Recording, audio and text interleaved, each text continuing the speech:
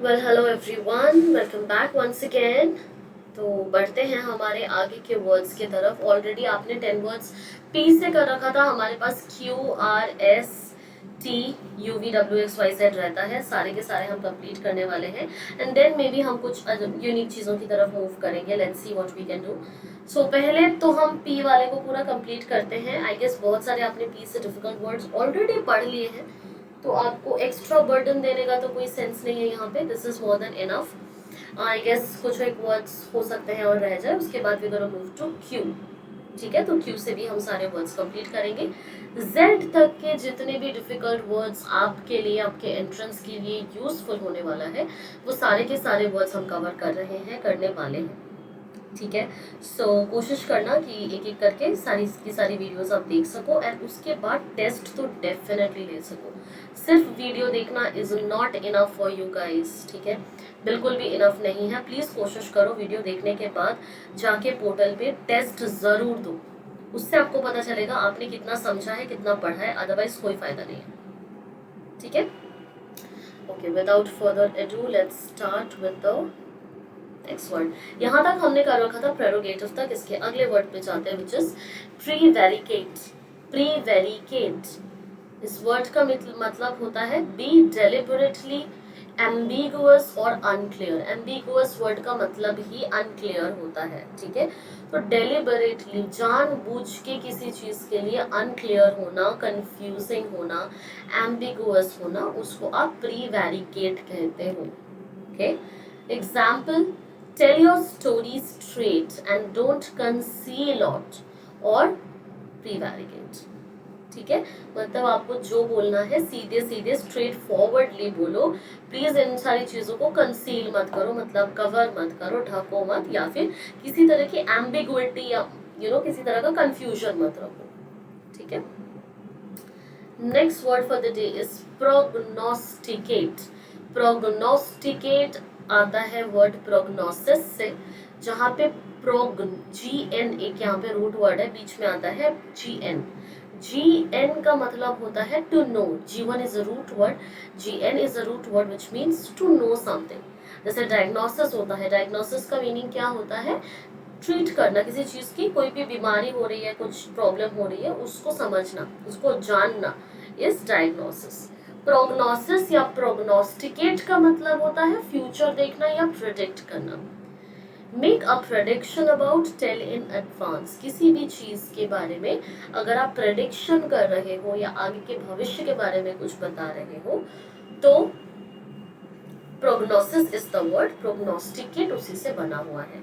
आपके नॉलेज में G N root word से या फिर हाँ, जी वन रूट वर्ड से या फिर सी ओ जी एन कॉग्न, कॉग्न या फिर जी एन रूट वर्ड से आपके नॉलेज में और कोई वर्ड्स होते हैं जिनका मीनिंग जानने से रिलेटेड हो या पता लगने से रिलेटेड हो, तो प्लीज प्लीज प्लीज अपने पास रेडी रखना। ठीक है, this is also going to be a revision for your root words as well.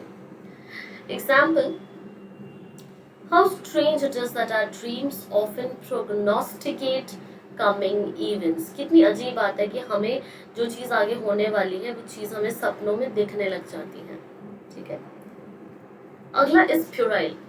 Puerile, puerile का मतलब होता है डिस्प्लेइंग और suggesting a lack of maturity, या फिर आप ऐसे समझ लो इमैच्योरिटी का ही एक सिनोनिम है प्यूराइल। ठीक है, इमैच्योरिटी का एक तरह का सिनोनिम है puerile. Example, you must take part in the pleasures of children, but never accommodate them with a childish language or with foolish or puerile ways, immature ways basically। ठीक है, तो immaturity का एक अच्छा और बहुत ही तगड़ा वर्ड होता है, सिनोनिम होता है puerile, puerility, same thing। Pugnacious, pugnacious, the word means ready and able to resort to force or violence। Ready or able to resort to force or violence, किसी भी तरह की फाइट, किसी भी तरह की फोर्स, किसी भी तरह की वायलेंस को अपोज करने के लिए तैयार रहना, that is पग्नेशियस। Example, on this final of 3 debates all 3 men seemed pugnacious, मतलब some people who wanted to be ready to fight, debatable or something। combative, fighting for very high stakes with the gloves off. Okay. Next word, यहाँ से हमारे Q वाले word start हो जाते हैं. P के लिए we have done enough of the words. अगर आप वो सारे वर्ड्स अच्छे से समझ लेते हो, प्रैक्टिस करते हो एंड आपकी याद में रह जाती है, तो आपके लिए मोर देन सफिशिएंट है फॉर योर एंट्रेंस. ठीक है. अब हम क्यू वाले वर्ड्स पे जंप करते हैं. क्यू से वर्ड है, पहला वर्ड जो है that is Quagmire. Quagmire, a soft wet area of low lying land that sinks underfoot. मतलब अगर आप पैर रखते हो, जो मडी एरियाज होती है ना, अगर आप पैर रखते हो तो पैर धंस जाता है. ठीक है, उसी को क्वैगमायर कहते हैं. लो लाइंग एरिया, सॉफ्ट सा वेट सा एरिया जिसमें आप पैर रखो तो पैर नीचे सिंक हो जाए, दैट इज क्वैगमायर.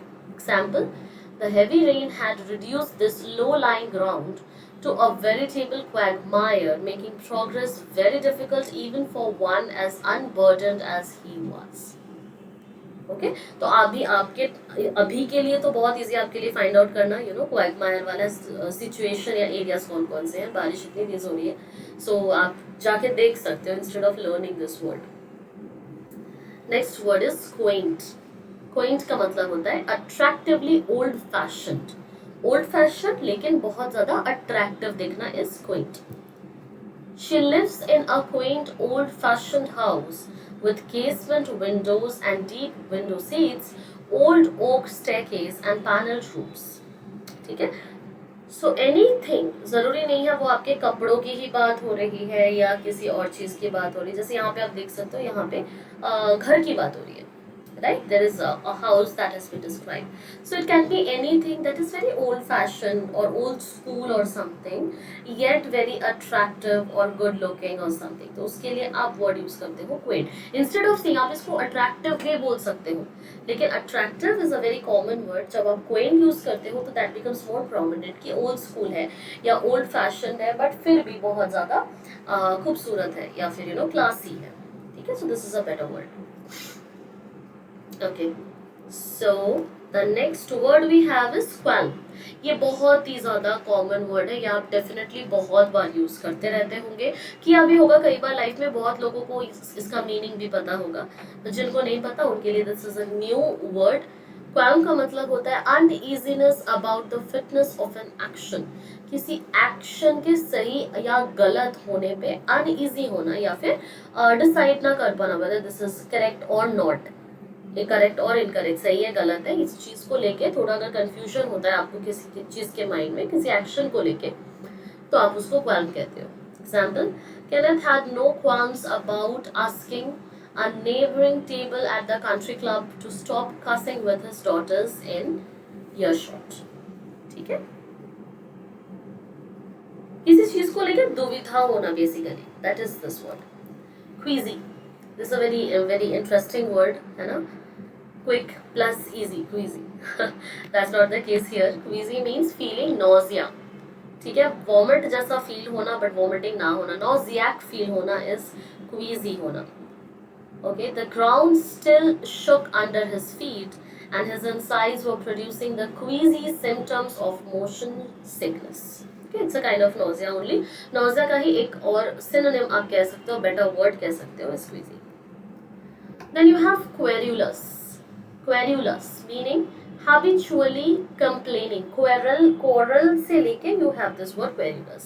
जो बहुत ज़्यादा कंप्लेन करता है, वो has a habit of complaining on a daily basis. हर बात पे, हर छोटी बड़ी चीज़ पे कंप्लेन्स पेश करने वाला जो होता है, that is this word is an adjective and the word is querulous. Okay. In the first place, she is not rich.